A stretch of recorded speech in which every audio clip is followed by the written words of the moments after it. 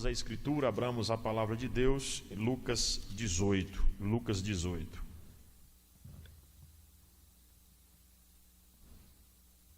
Lucas 18, a partir do verso 1, diz assim: Disse-lhe Jesus uma parábola sobre o dever de orar sempre e nunca esmorecer. Havia em certa cidade um juiz que não temia a Deus, nem respeitava homem algum. Os irmãos, o verso 3.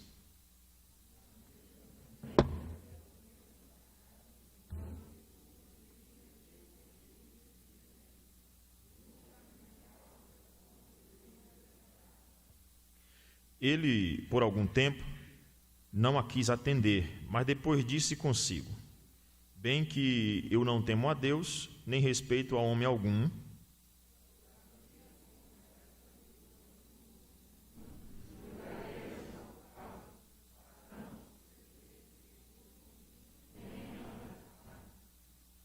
Então disse o Senhor: Considerai no que diz este juiz iníquo.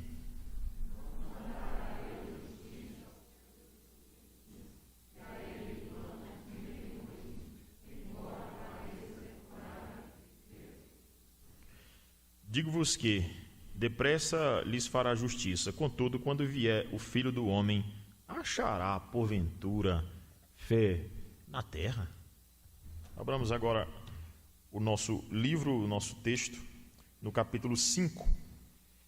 As más notícias sobre o esgotamento. As más notícias sobre o esgotamento.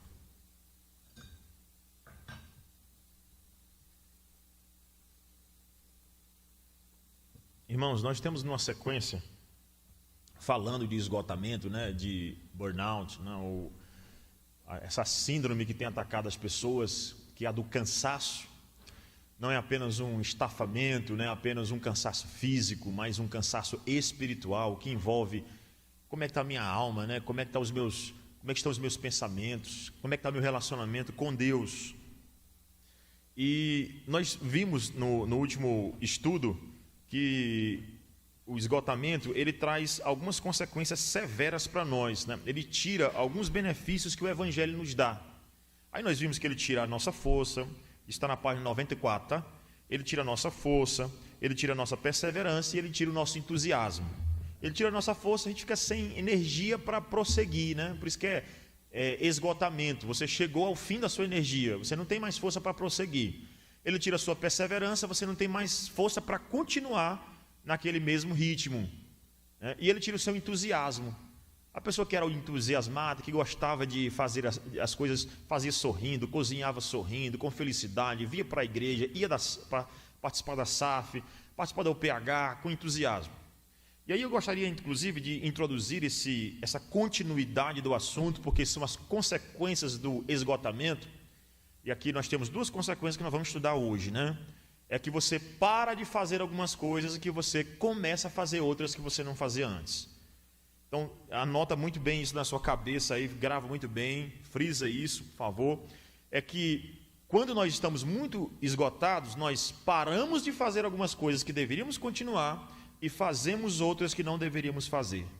Então você para, mas continua, e aí não continua fazendo a vontade de Deus. Eu gostaria de introduzir como uma história que eu ouço de muitos crentes. Quando eu vou conversar com uma pessoa, às vezes uma visita, às vezes no aconselhamento, a gente pergunta assim: irmão, fulano de tal, tudo bem com você? Tudo bem. Aí a gente começa a conhecer a pessoa, ele diz, chega para você e diz: pastor, na minha época de mocidade, nós fazíamos isso, nós evangelizávamos, visitávamos os enfermos, nós íamos até os orfanatos, nós visitávamos as viúvas, nós evangelizávamos aqui no... Quando você conversa com a pessoa, ela fala com tanto entusiasmo do passado. Os acampamentos eram os melhores que existiam, as programações, as enquetes, as programações que nós fazíamos, o social, a social que existia lá, as brincadeiras, as músicas, eram as melhores que existiam. Se você conversar com alguém, e principalmente aquelas pessoas que chegaram até uma certa idade, elas, às vezes não precisa nem chegar a isso. Mas na minha época de mocidade era diferente.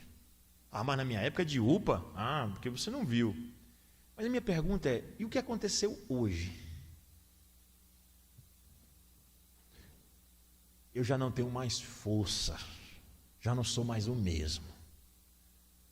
Claro, irmãos, eu não posso negar, nem eu nem você, os efeitos da queda no nosso corpo.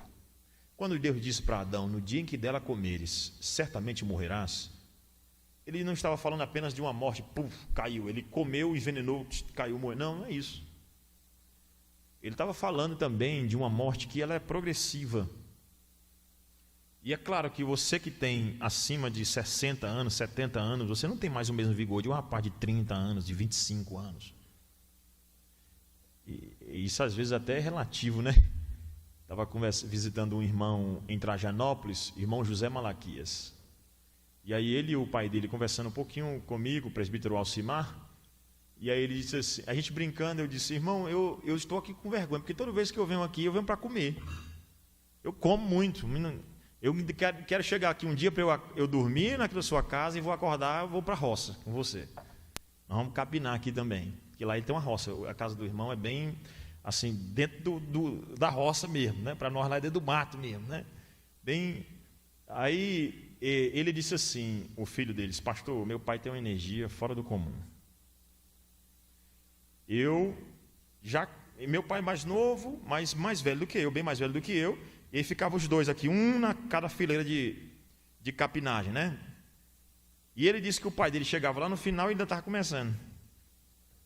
Então, claro, tem as exceções, tem jovens que são, ainda mais os de hoje, né? Os de hoje, a força que eles conseguem colocar é no celular, né? Só, se você botar uma enxada na mão, ele não sabe nem para que serve, né? Vai ficar digitando a enxada, né? Mas assim, com o passar do tempo, e aí ele, irmão José Malaquias mesmo disse, pastor, eu já não tenho mais o mesmo vigor. Não, mas nesse calor aqui, eu começo a roçar o chão aqui, e de repente, vão cansaço. Claro, nós não podemos negar que com o passar do tempo, nós vamos nos cansando. Mas, irmãos, tem algumas coisas que vão além do fator físico, que vão além do cansaço físico, é um cansaço espiritual. Você já cansou de servir. Você chega e diz o seguinte, não, eu já foi muitos anos que eu servi a igreja, agora eu quero ficar no meu banquinho sentado e pronto. Já foram muitos anos de trabalho. E aí eu quero dizer para você que com certeza eu quero ver os jovens trabalhando e cada vez mais assim, os mais maduros também trabalhando. Mas, claro, isso se espera dos jovens que trabalhem muito mais. Isso eu não tenho dúvida, não tenho nem dúvida disso. Mas, irmãos, alguns fatores estão relacionados ao meu relacionamento com Deus, ao contato que eu tenho com Deus, a harmonia entre você e Deus. E eu pergunto, e o que depende de você, né? Porque Deus é um ser harmônico. Mas eu pergunto, no que toca a sua responsabilidade, por que você está tão cansado hoje? Por que você parou de fazer algumas coisas? Além do fator idade, além do fator cansaço físico, o que mais tem cansado, inclusive fisicamente você, que começa na sua mente, no seu coração, e que tem realmente se desenvolvido e tem atingido o seu corpo? Que fatores são esses? O autor aqui do livro vai nos dar algumas dicas importantes. Vai aí então para a página número 101, as más notícias sobre esgotamento. Então, tem boa notícia também, tá?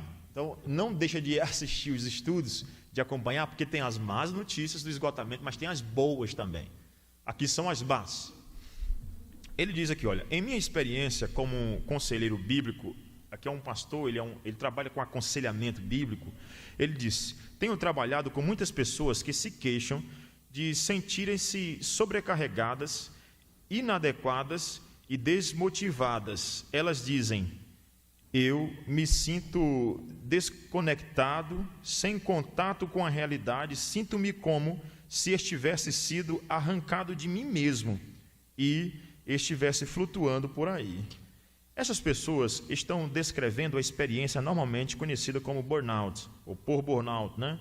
O que as escrituras chamam de desfalecimento ou cansaço. No capítulo anterior, discutimos a natureza desse problema e vimos como ele é comum. Ou seja, nós vimos um nome novo, burnout, mas o problema é antigo.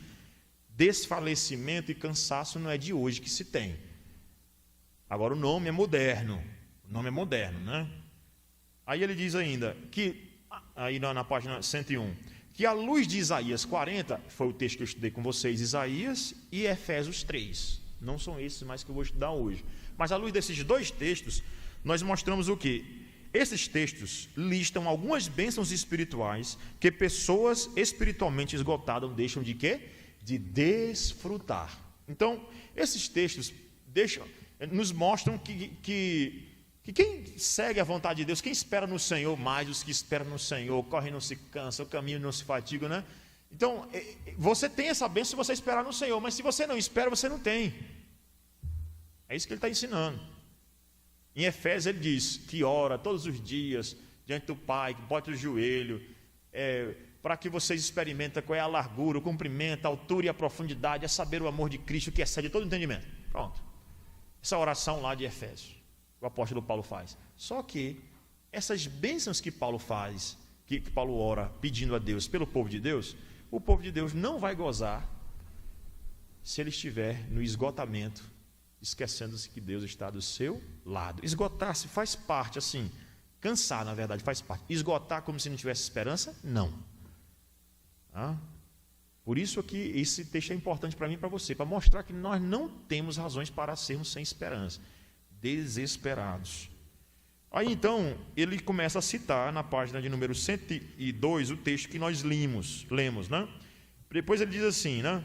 Ele diz que são coisas que a pessoa começa, não é nessa ordem que ele trabalha e nem na ordem que eu vou trabalhar. Na página 102 ele diz que o cansaço e o esgotamento, pessoas esgotadas, eles começam a fazer como resultado de sua luta e coisas que param de fazer quando desfalecem.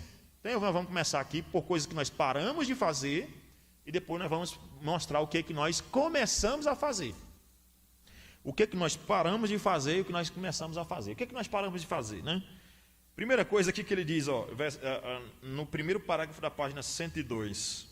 Em Lucas 18, Jesus contou uma parábola. Para que Jesus contou essa parábola, irmãos? Versículo 1 do capítulo 18. Disse-lhe Jesus uma parábola sobre o dever de orar sempre e nunca o quê? Esmorecer. Você já se sentiu cansado a ponto de não conseguir fazer nenhuma oração? É por essa razão que ele está dizendo o seguinte: sabe uma das coisas que as pessoas param de fazer quando estão cansadas? Orar. E aí Cristo Jesus tem que fazer uma parábola para que nós não deixemos de orar, para que não esmoreçamos, para que continuemos orando em todo o tempo. Então, um dos sinais, pastor, eu quero saber se eu estou esgotado. Minha pergunta é simples: você consegue orar? A princípio aqui, consegue orar todos os dias? Eu não me refiro àquelas orações bem rápidas. Obrigado pelo alimento, em nome de Jesus, amém. Né? Ou então aquela, Senhor Deus, obrigado pela essa noite, amém. Aí já está dormindo. Quanto tempo você ora por dia? Orar é fácil? Quando você tem uma certa sequência de oração, você até consegue. Eu me admiro de algumas pessoas que conseguem fazer uma oração de 1 hora. Eu tive um pastor coreano, né?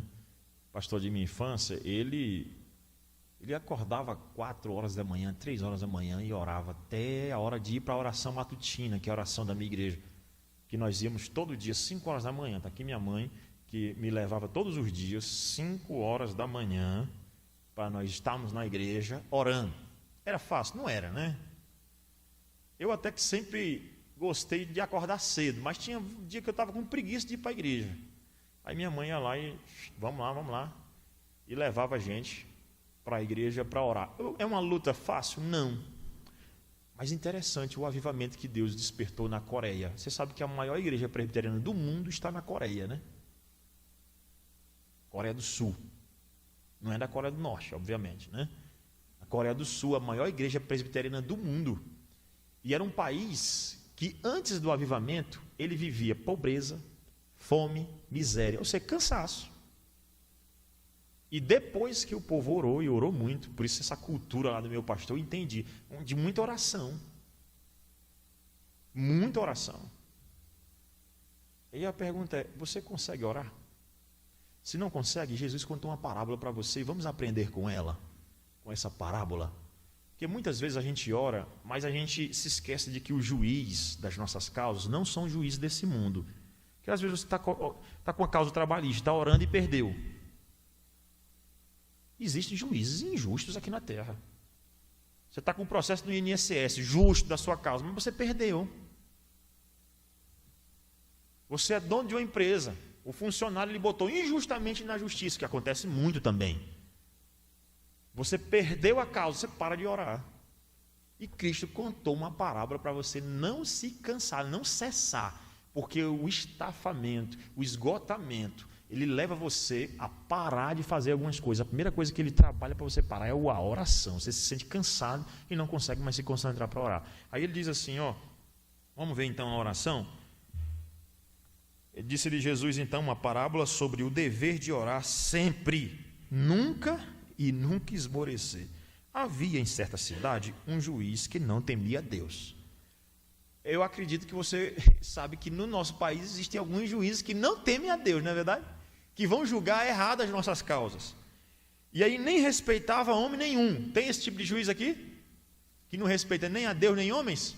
Vixe, está cheio, não é? Agora veja bem, versículo 3.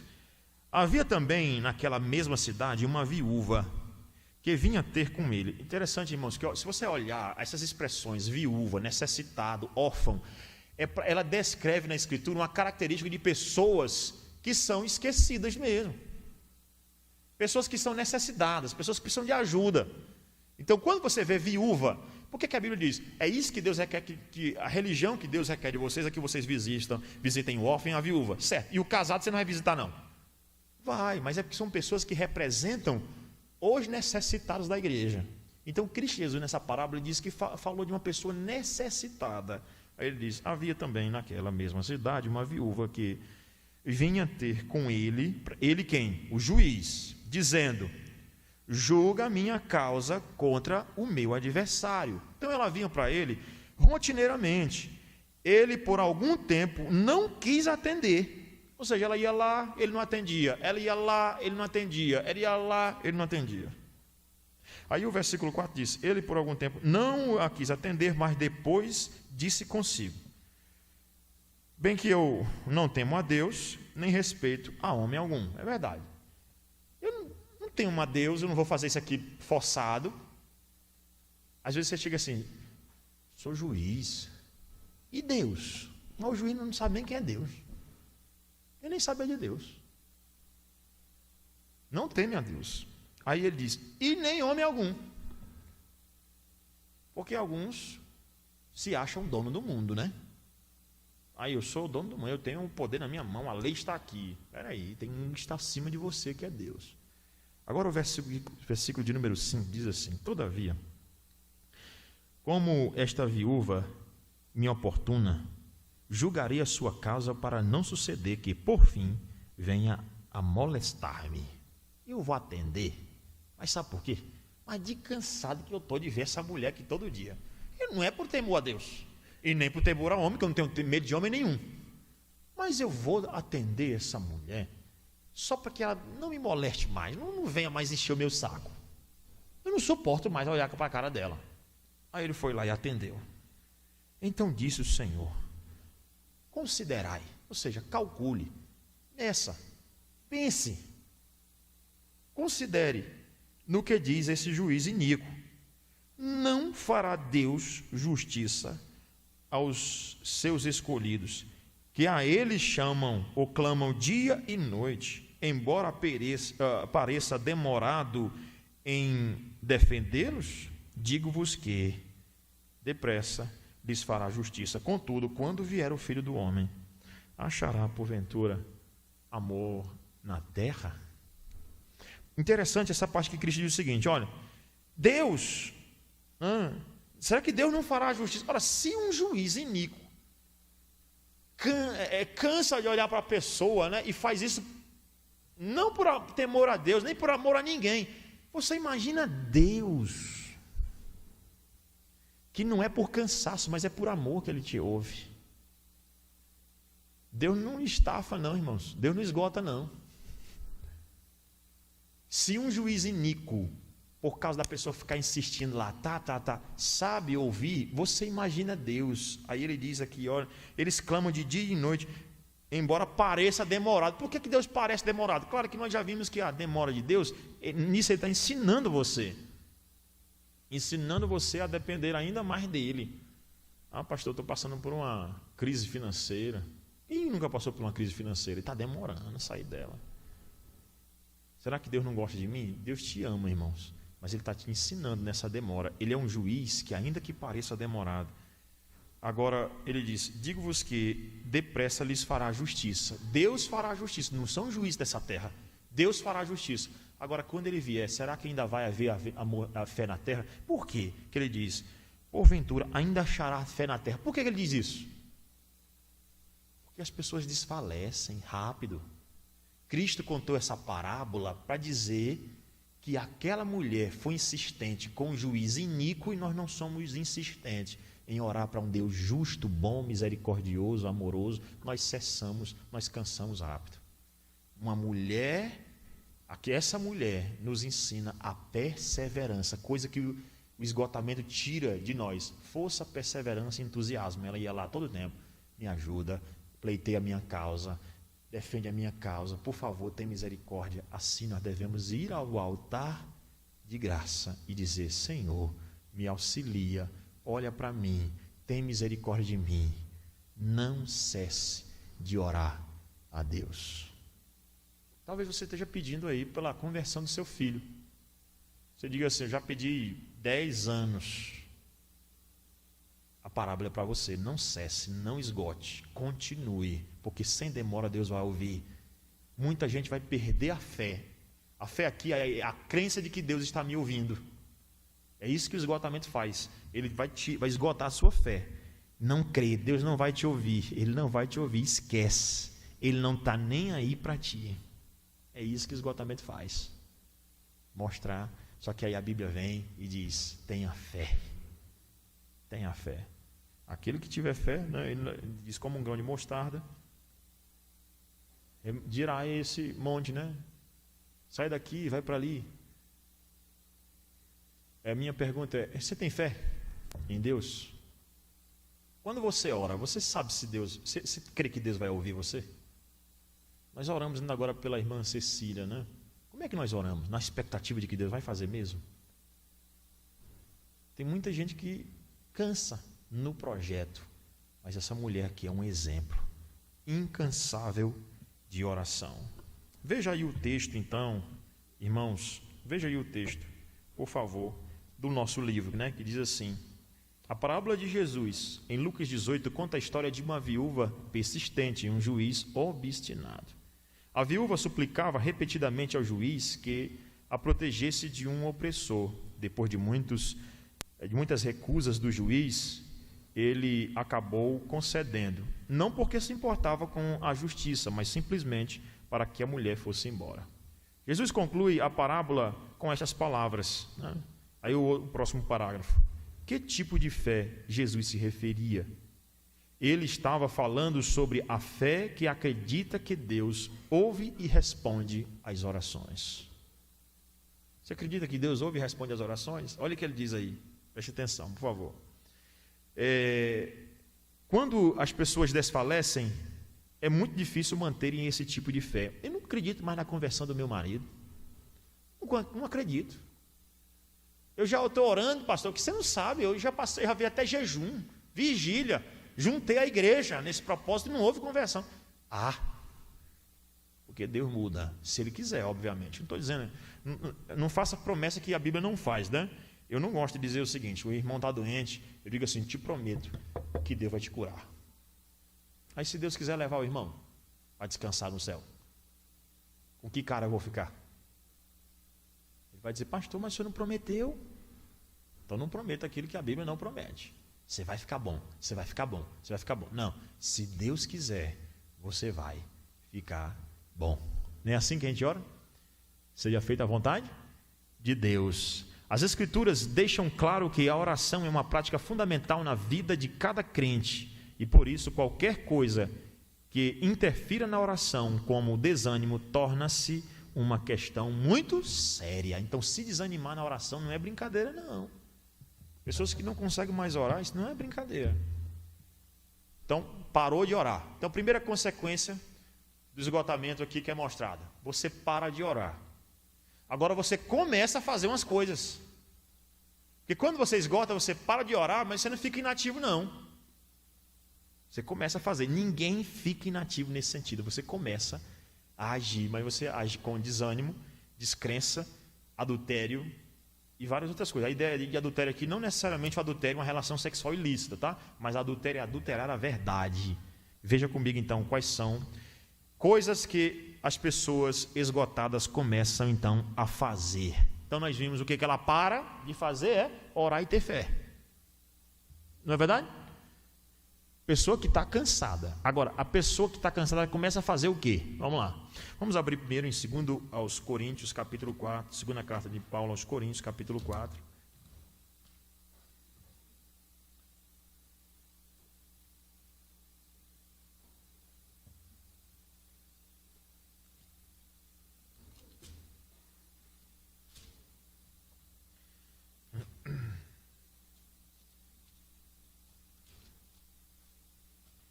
Segundo aos Coríntios, capítulo 4.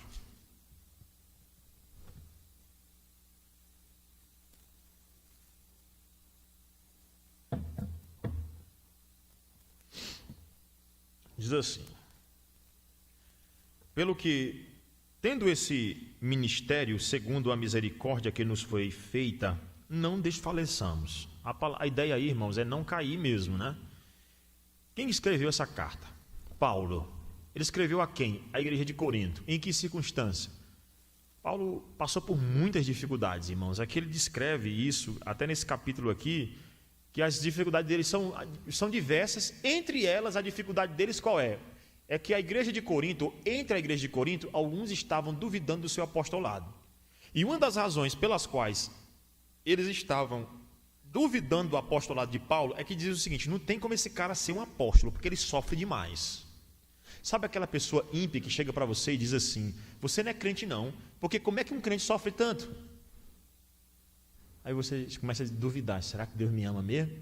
Será que eu sou crente mesmo? Como é que eu sou crente lá em casa, de vez em quando até o arroz falta? Como é que eu sou crente lá em casa, tem briga entre meu marido e eu, minha esposa e eu? Aí as pessoas começam a atacar, e é porque diz que ama a Deus, e Deus deixou ele desse jeito. É assim que eles dizem, né? Pois é assim que atacaram o apóstolo Paulo, né? Você aí, Paulo, como é que pode? Você não é um apóstolo de verdade, não. Você sofre muito, rapaz. Aí Paulo, aqui nessa carta do consolo, que nós vimos no domingo passado, que é onde a palavra consolação se repete mais de 19 vezes. Palavra consolo, consolo, consolo, consolo, consolo. Então Paulo, no meio da tribulação, ele recebeu consolo e ele consola a igreja. E como é que ele consola a igreja? Pelo que, tendo esse ministério, ou seja, o ministério de Paulo, que o povo está duvidando, segundo a misericórdia que nos foi feita, não desfaleçamos. Então, o meu ministério é só graça. Irmão, a vida do crente é só graça. É só graça.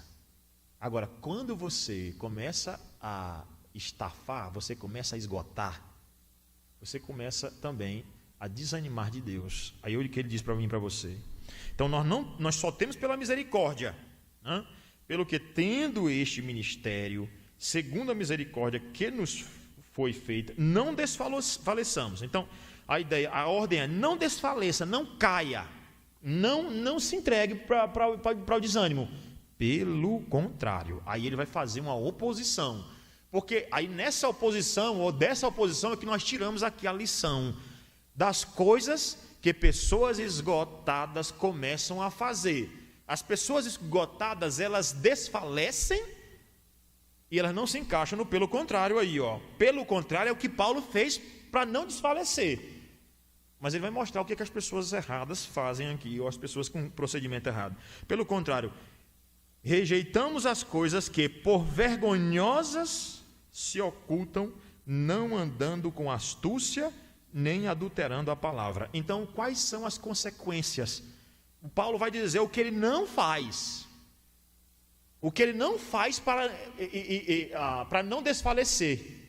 E o que caracteriza o não desfalecimento dele é justamente que ele, o quê? Ele não faz coisas vergonhosas, ele não anda com astúcia e nem adultera a palavra de Deus. Ou seja, as pessoas que estão esgotadas, o que elas fazem? Elas envergonham-se, elas andam com astúcias e elas adulteram a palavra de Deus. Então vamos ver aí o que o próprio livro vai nos dar essas lições. Vamos lá? Alguém aí lê esse primeiro parágrafo para mim aí, na verdade o terceiro parágrafo, onde tem primeiro, Paulo diz. Então, alguém aí levanta a mão para ler, a irmã Fátima vai ler aí. Primeiro, Paulo diz que, não, com o microfone, irmã, por favor, só para quem está em casa poder acompanhar a gente aí. Estou aqui sem os nossos irmãos de casa, mas eu vou botar aqui para...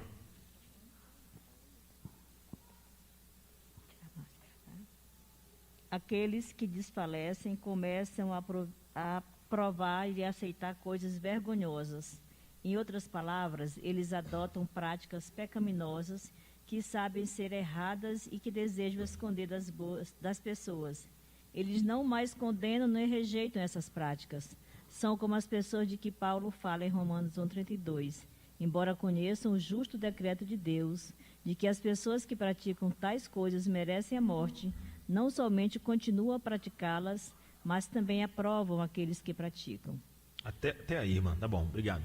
Então, o que nós temos aqui, o apóstolo Paulo nos ensinando, e o livro aqui tomando a lição, é que a pessoa que está esgotada, ela começa ao quê? Eles começam a aprovar e aceitar coisas vergonhosas. Então, o contrário de você não desfalecer, você começar a abraçar coisas que são vergonhosas, coisas que você não fazia antes. Você confiava em Deus, você não buscava auxílio na relação sexual para poder aliviar. Você você tinha em Deus e não ia para o álcool, se entregava ao álcool, né? Sem domínio próprio, né? Você ia lá e bebia todas, ou vai agora e bebe todas. Antes você não fazia isso, agora você faz. Você começa a fazer coisas que são vergonhosas para o Evangelho. E aí ele cita inclusive o texto de Paulo, né? Que Paulo diz que não somente você faz, mas vocês aprovam. Você sabe que pessoas desviadas, já disse isso, são terríveis para a gente lidar. Muito difícil.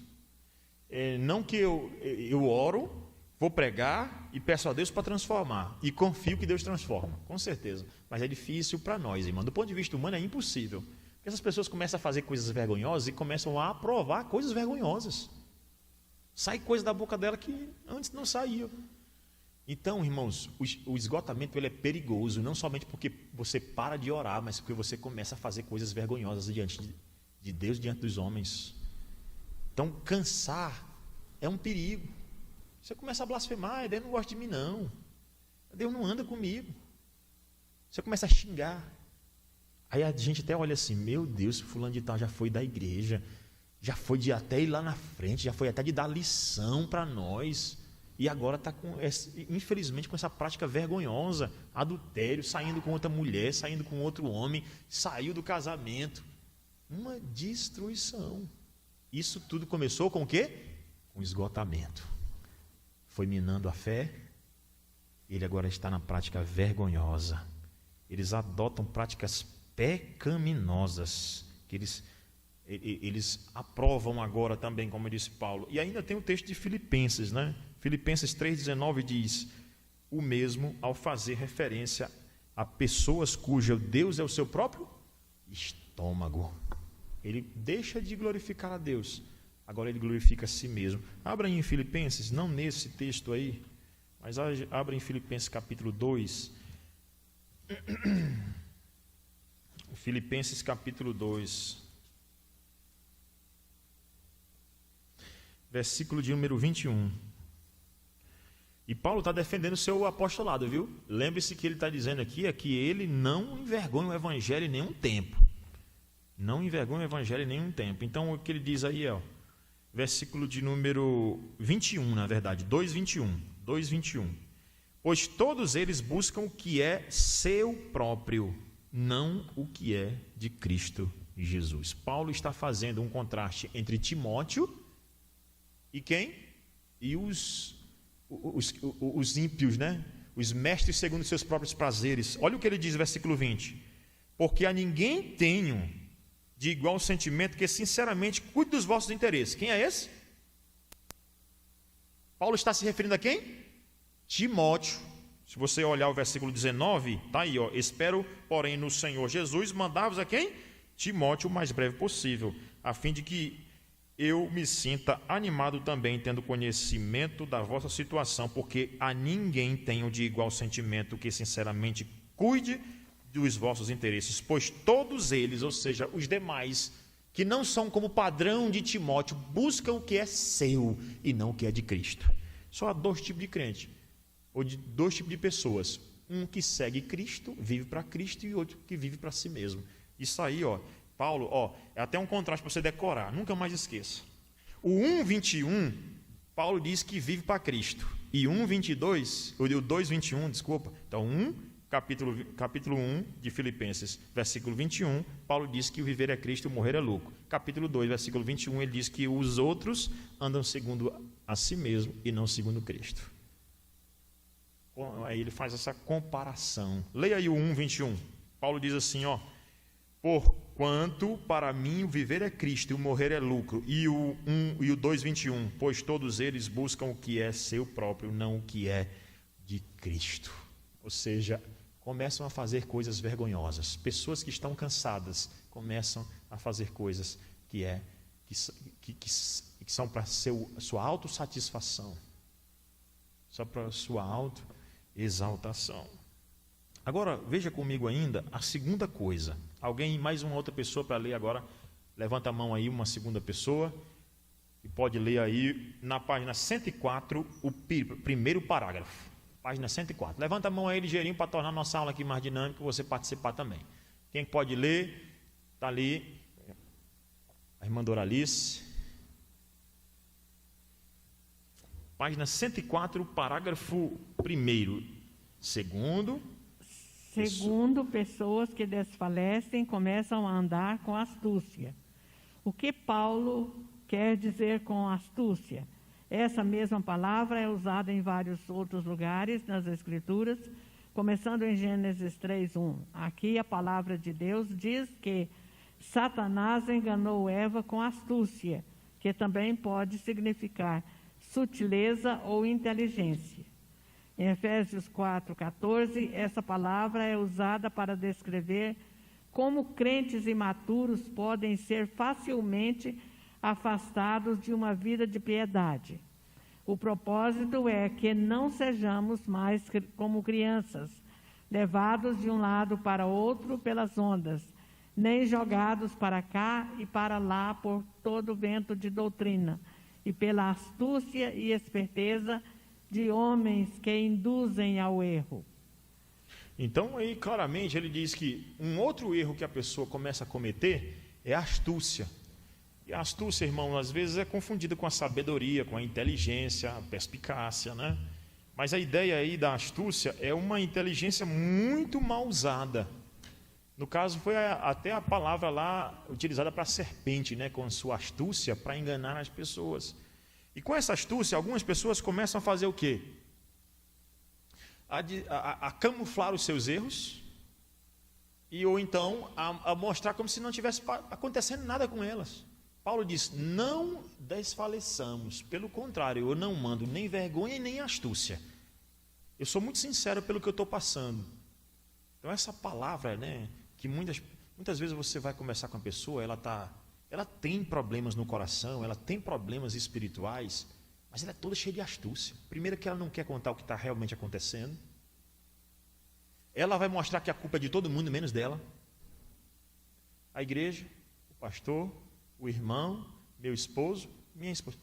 Irmãos, quando você está cansado, que você não tem mais força e que você não está procurando em Deus, uma das coisas que você começa a fazer é agir com astúcia. Ou você não desfalece e anda segundo Cristo e Paulo, né, que era um seguidor de Cristo, ou você começa a ser astuto. A culpa nunca é sua. E você transfere aquilo.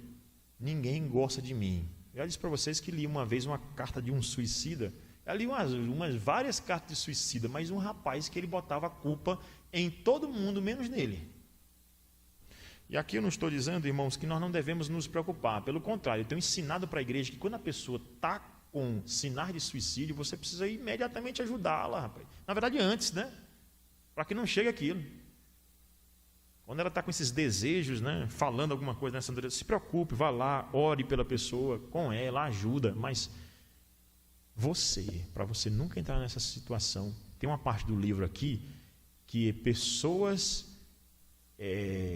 que entram, né, nesse esgotamento também, são pessoas que defendem muito ou que falam muito de autocomiseração, né? Pessoas que falam de si como se fosse assim: olha, eu sou o mais sofredor do mundo. Isso muitas vezes é astúcia. Você começa a ser astuto mesmo. Então aí é difícil você tratar uma pessoa nessa natureza, porque ela não reconhecer, ela não chega e diz o seguinte: eu preciso de ajuda. Eu errei, eu estou errado, me ajuda.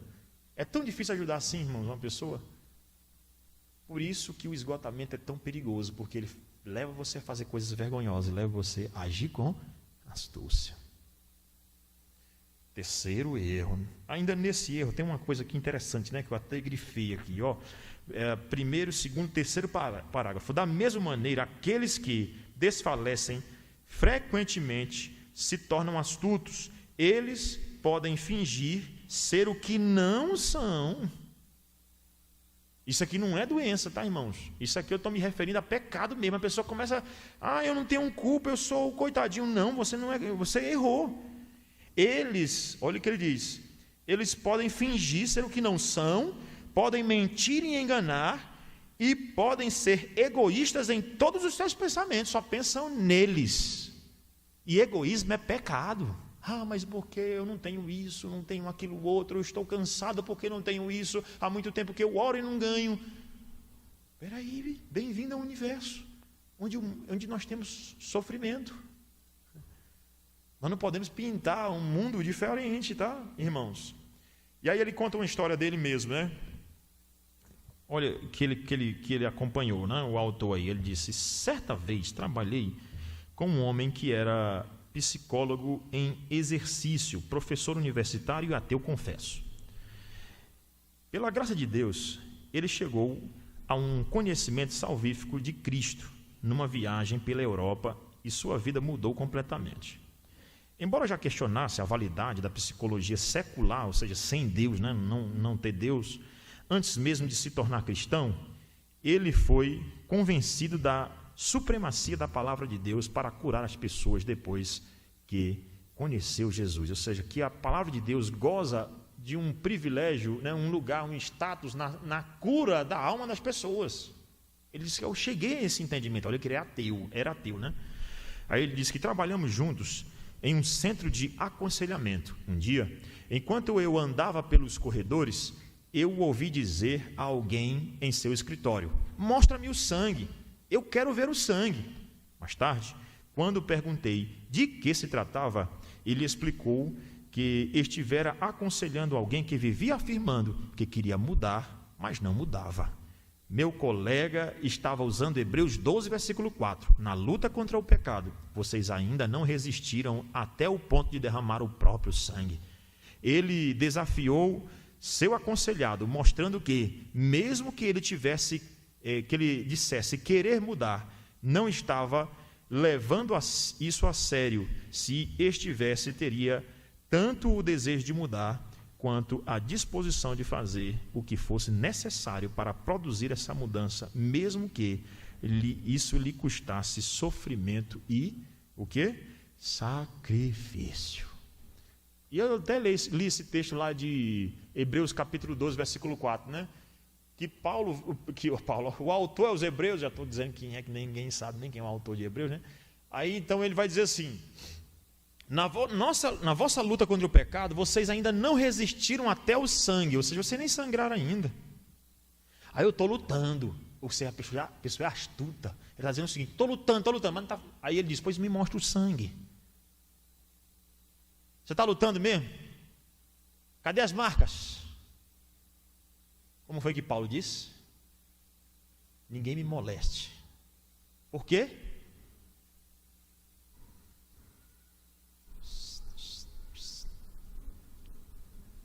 Ninguém me moleste. Por quê? Opa, excelente, irmã Tina. Porque eu trago no corpo as marcas do Senhor Jesus Cristo. Que marcas são essas? Sofrimento. Crente, não é, aquilo não está ensinando o alto flagelo, tá? Não é isso. O que ele está ensinando aqui é que crente sofre. Quer vir após mim, negue-se a si mesmo, tome a sua cruz e siga-me. Vida de crente é vida de sofrimento também, tá? Não é só sofrimento não, mas tem sofrimento. Pastor, mas aquelas igrejas que dizem o seguinte: pare de sofrer.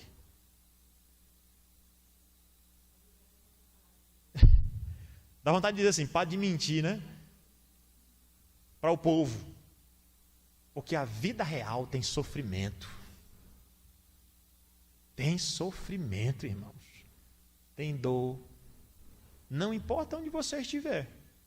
Você pode estar num lugar bonito, num lugar feio. Se você tiver Cristo, você vai ter até força para suportar. Mas se você não tiver, você vai esmorecer. Então, cuidado com a astúcia, que a pessoa diz o seguinte: eu te prometo que lá em casa eu acordo de joelho, estou orando todo o tempo. Mas na verdade não está. Não está nem aí. Veja ainda o outro parágrafo, diz o seguinte. Agora já no terceiro ponto, né? Então vamos lá. Vamos ver se vocês pegaram direitinho. Aí no livro, né? O que uma pessoa com esgotamento faz? Primeiro, ela deixa de fazer o quê? Ela começa a fazer o quê? Coisas vergonhosas. Segunda, ela se torna astuta. Terceira, Paulo ressalta que as pessoas que desfalecem começam a adulterar a palavra de Deus. Eu estava num debate teológico, né, com alguns pastores. E eu presbiteriano e mais 3 denominações lá, né? E um indivíduo de uma denominação que ele tinha fundado. Ele tinha fundado lá recentemente, lá em Teresina, essa denominação dele lá. Aí eu disse assim, a gente estava falando sobre dons, né? Aí ele disse assim, pastor Rogério, existe dons hoje? Aí eu disse, não existe não. Dom hoje não existe. Dom, por exemplo, dom extraordinário, né? Que eu estava me referindo. Por exemplo, dom de línguas. Outro dom de cura. Né? Dom de profecias. Não existe mais. Ainda que Deus continue fazendo milagres, não tenho dúvida, Deus continua fazendo coisas maravilhosas. Deus continua fazendo isso, irmãos. Mas o dom que, por exemplo, Paulo tinha, não tem mais. Aí sabe o que ele diz? Mas pastor Rogério, como diz a Bíblia, como virão se não há quem faça milagres? Você entendeu aí, né? Pelo amor de Deus. Porque o texto não diz isso. O texto diz, como virão se não há quem pregue? A Ana, que estava do meu lado, quase que batia no pastor. Eu disse, calma, Ana. Ela ficou indignada. Não, mas ele disse errado. Eu disse, calma, no debate tem que ter paciência. Pelo amor de Deus. Que ele adulterou a Bíblia para poder acalentar o coração das pessoas. Irmão, nós não fazemos isso. É isso que Paulo está dizendo. Eu sou um apóstolo de verdade porque eu nunca adulterei a Bíblia. Eu nunca mudei a palavra de Deus. Tá? E volte aí para o texto de 2 Coríntios, capítulo 4, quando ele diz, nem adulterando a palavra de Deus. Porque uma coisa que a pessoa está esgotada, ela começa a alterar a Bíblia. Foi isso que o evangelho da prosperidade fez. Eles alteraram a Bíblia para quê? Para que pessoas vão para igrejas, para que pessoas lotem, para que as pessoas deem mais dízimo, para que as pessoas dêem do 14º salário, para isso.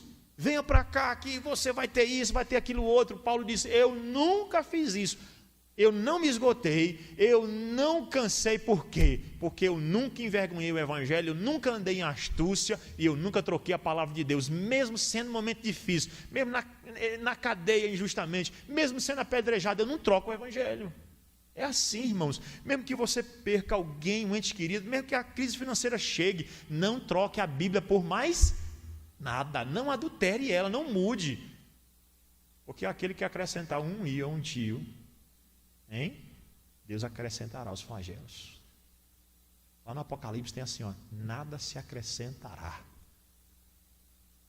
Tem gente que não somente acrescenta, mas adultera. O que esse pastor fez. Ele adulterou a Bíblia para poder satisfazer o coração das pessoas. É uma coisa que eu não posso fazer, irmãos. Porque se eu fizer, eu te amo em Cristo, mas eu não vou adulterar a Bíblia. Porque se eu adulterar, eu vou prestar conta diante de Deus. Ah, pastor, só uma adulteradinha aí. Não, não pode. Veja aí então o terceiro ponto, que ele diz o seguinte: adulterar significa enfraquecer e corromper. Tem alguns textos da nossa tradução que até os tradutores deram uma amortecida nas palavras, você acredita? É por essa razão que a Confissão de Fé de Westminster vai dizer claramente que o que foi inspirado foi o texto hebraico e o texto em grego. O texto em português não. Quando Deus inspirou foi o texto em hebraico. Nós temos aqui uma tradução do texto inspirado, irmãos. Vocês entenderam? Que nós temos uma tradução para o português do texto inspirado. O texto inspirado é o texto hebraico, o pedacinho aramaico e o texto em grego. O Novo Testamento todinho foi escrito em grego, né? O grego koiné, ou seja, o grego comum daquele período. Então, as pessoas amortecem, elas botam umas palavrinhas em português para amortecer, porque o texto grego é muito pesado. Eles dizem, não vou botar uma tradução dessa que ninguém vai querer ler a Bíblia. Então, eu vou botar uma palavrinha melhor. Por exemplo, onde tem odiar, eu vou botar aborrecer. É isso. Na Bíblia, os tradutores fizeram. E, infelizmente, tomara que não tenha sido com dolo, né? Espero que não, eu acredito que não, né? Eu acredito na fidelidade dos irmãos, talvez um erro de tradução mesmo. Aí diz assim, ele diz que adulterar é enfraquecer, corromper algo pelo acréscimo de impurezas. Em outras palavras, pessoas esgotadas às vezes querem a Bíblia e mais alguma coisa. Tudo bem, a Bíblia e mais o que, pastor? Eu queria uma Bíblia e mais, sei lá, uma coisa que... Uma alternativa aí mais, sei lá, pastor, quem sabe uma meditação numa religião transcendental, né? Uma reuniãozinha para Buda. Talvez isso aí me ajude. Não, pelo amor de Deus, isso aí não. Tá? É o Evangelho. Claro que, irmãos, aqui ele não está anulando aqui vários outros tratamentos, de jeito nenhum. Pelo contrário, ele está dizendo que nós não podemos adulterar e acrescentar no que toca a alma das pessoas. É isso especificamente. Além disso, não, tá? Elas enfraquecem a palavra de Deus, acrescentando-lhe suas próprias opiniões e as de outras pessoas. Sabe qual é o problema de algumas pessoas? Diz o seguinte, mas eu acho que a Bíblia diz isso. Não diz isso.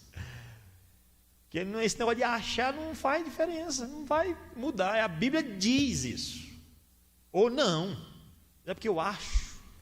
Não é o que nós achamos, é o que a Bíblia diz.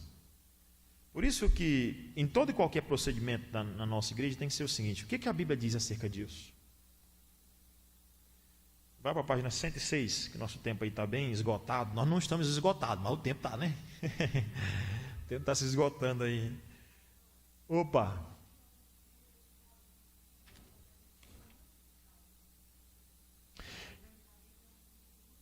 Isso! Perfeito, irmã Rita. As pessoas dizem, não, a Bíblia não tem mais sentido. Isso aí era naquela época do Império Romano, a agricultura antiga, né? O mundo antigo fazia sentido, mas hoje não faz mais sentido. Peraí, e Deus não faz mais sentido hoje? A palavra dele é eterna, né? Céus e terra passarão, mas a tua palavra não passará. Muito bem, isso aí é bem lembrado. A palavra de Deus continua sendo a solução, ainda que tenham outras propostas. Página 106, diz o seguinte, essas pessoas podem ainda adulterar a palavra em sua vida, evitando aquilo que as incomoda. O que incomoda a gente, muitas vezes, por exemplo, a própria verdade de Deus, a própria leitura da palavra de Deus, a própria leitura de um livro desse, ela começa a evitar, diz, não, porque isso aí me incomoda. Então veja que adulterar não é somente ir lá e trocar uma palavra pela outra, mas adulterar é você começar a se incomodar com a própria Escritura, você dizer, esse tipo eu não quero. Nós começamos a fazer seleções entre sermões, textos da Bíblia, livros para ler, mesmo quando eles estão com a verdade, né? Sem mais delongas, vamos para o foco das pessoas esgotadas, que é o nosso ponto 4, tá? Página 106, último parágrafo, diz o seguinte, né? lá no último, o foco das pessoas esgotadas. Vamos lá, ler todo mundo junto? Isso nos leva ao quarto, esse é o quarto ponto, que Paulo destaca a respeito daqueles que desfalecem. Eles começam a buscar somente seus próprios desejos no lugar daquilo que Deus deseja. Seja, ele diz o seguinte, Deus não é mais meu Deus, agora eu sou Deus da minha vida. Vamos lá para o texto de Paulo, lá em 2 Coríntios, quando ele diz assim, olha, lá no versículo 2, né? Ele diz, antes nos recomendamos a consciência de todo homem na presença de Deus pela manifestação da verdade. Mas se o nosso evangelho ainda está encoberto, é para os que se perdem que está encoberto. Sabe que muitas vezes a pessoa lê o livro, lê a Bíblia e não é convencido? Você pergunta assim, o que está faltando, pastor? Às vezes Deus está realmente pesando a mão e cegou o entendimento. Cegou o entendimento. E eles não querem mais ouvir. Eles não suportam mais ouvir. É exatamente o que é dito aí. Se você for para a página 107, é dito assim, ó. Não querem, porém, realizar as tarefas espirituais das quais precisam. Por exemplo, precisa orar, ele não quer. Eles deixam de orar, de ler a Bíblia, de ir à igreja, pois dizem, não sentir desejos dessas coisas. Você já chegou para aconselhar uma pessoa e diz assim, pastor, não tem mais vontade de ir para a igreja não. Ou seja, uma pessoa esgotada, ela não quer mais fazer a vontade de Deus, a dela sim, quero ficar em casa assistindo, sair para o meu canto, mas a vontade de Deus eu não quero mais, não suporto mais isso. Ela abre um hino, a igreja começa a cantar, não me interessa por isso. Bota uma música, não me interessa por isso. Chama, vamos cantar aqui, não dá, não quero mais isso. Ela começa a colocar os seus desejos no lugar do desejo de Deus. Pessoa cansada. E aí ele diz, olha, na verdade essas pessoas falham em obedecer porque não querem obedecer. Irmãos, o quarto ponto aqui, que a pessoa começa a fazer, a quarta coisa que a pessoa começa a fazer com esgotamento, é que ela começa a fazer só aquilo que ela quer. Começa a fazer só aquilo que satisfaz o coração dela, não se satisfaz mais na vontade de Deus. Veja como esgotamento é coisa séria. Aí o próximo parágrafo diz, Deus nos chama a uma obediência que não depende de gostarmos ou não. Irmão, Deus nunca perguntou, está aí os 10 mandamentos, se você gostar, você obedece, se você não gostar, não, irmãos, pelo amor de Deus, onde foi que nós tiramos isso? Exatamente, infelizmente, né? Porque acontece muito, né? Eu vou abrir uma igreja. Vou abrir uma igreja porque eu não quero isso, não gosto disso. Irmãos, eu sei que nós temos que tratar todas as coisas de Deus com muito amor, carinho, proteção, mas lembre-se, não pode negociar a verdade e nós temos que entender que a igreja foi feita para satisfazer primeiro a vontade de Deus, não de homens, de Deus. Vamos finalizar? Ele diz assim, né? Às vezes é somente por força de vontade que nos colocamos de joelho ou lemos a Bíblia, mas isso é obediência. Rapaz, às vezes não é somente por isso, né? Às vezes você precisa, às vezes é somente por força de vontade que nos colocamos de joelho ou lemos a palavra de Deus, né? Quando arranjamos desculpas para não buscar as coisas do Senhor porque não sentimos desejos por elas, tornamos os maus desejos da nossa carne o nosso Deus. Paulo diz que as pessoas buscarão para pastores e mestres que lhes dirão aquilo que eles querem ouvir. Usando a linguagem de Paulo, ele diz que isso aqui é coceira no ouvido. Eu quero ouvir só aquilo que me satisfaz. Então o esgotamento faz você se tornar o seu Deus.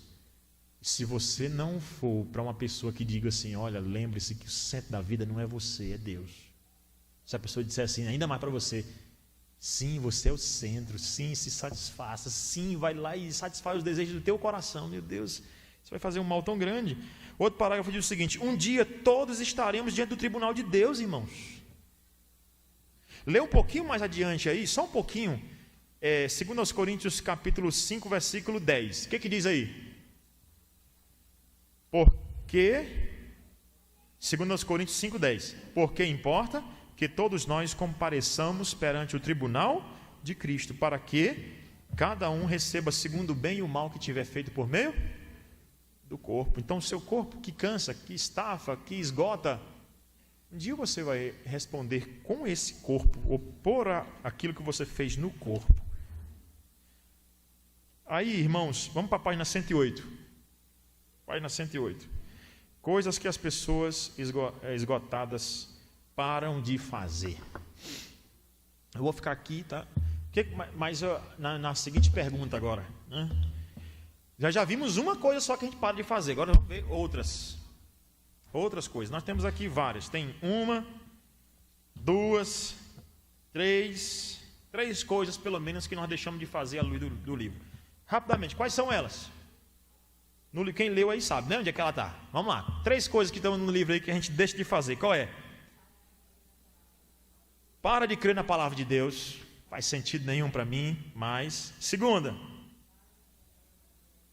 para de pregar o evangelho ousadamente, não é isso? 3, para de pensar biblicamente sobre as suas. E 4, param de fazer o bem. São essas 4 coisas que nós vamos começar estudando na próxima aula, né? Que será daqui a 15 dias, porque o próximo domingo eu estarei indo com a nossa mocidade, e alguns irmãos aqui, não somente a mocidade, né? Mas alguns irmãos da nossa igreja lá, Caldas Novas, com esse grupo, para uma programação aí especificamente, ou específica da mocidade, mas que envolve também a outros irmãos que vão. Alguma dúvida? Colocação? Alguém está em casa aí, tem alguma colocação, alguma coisa? Está cansado? Esgotado? Irmãos, eu queria dizer para você que assim, medite em Jesus em tudo que você vai fazer, sabe? Eu já disse para vocês que a Bíblia toda fala de Jesus, né? Então eu fico imaginando, será que Jesus não cansou, não? Algumas pessoas acham que Jesus era um preguiçoso, né? Que não fez nada. Mas a Bíblia mostra que Jesus começou a trabalhar quando? Hein? Muito cedo, quando seu pai lá era ainda carpinteiro, né? Seu pai era carpinteiro, e Jesus estava lá sujando as mãos com uma coisa que muitos de nós não queriam fazer hoje, né? Serviço de carpintaria, que é um serviço digno, bonito. Eu gosto de ir lá à casa do irmão Célio. Ele tem umas artes lá de carpintaria, que misericórdia, é a coisa mais linda do mundo, né? Quem tiver o privilégio de ir lá na casa do irmão Célio, irmã Regina, a irmã Regina lá vai precisando de um quadro para botar um espelho, vai lá o irmão da madeira lá, faz um negócio lindo, né? Suja as mãos, irmão? Dá trabalho? Sua? Pois é, pois Cristo Jesus trabalhou muito, no pesado, viu? E depois ele foi trabalhar com a pregação do evangelho. Então medite em Cristo tudo. Você está comendo um prato de arroz, um pratozinho de feijão, medite que tem um sacrifício para aquela comida estar ali. Não tem? Não tem? Seu pai trabalhou, alguém foi lá na roça, plantou. É assim. Pois Cristo Jesus, para você estar vivo e ir para o céu, ele trabalhou. E ele não se fatigou para que você não desmaiasse nessa luta. Então nós vamos chegar firmes e fortes. Por causa de quem? De quem? Jesus. Por causa de quem, irmãos? Jesus. A alegria do Senhor é a nossa força. Amém.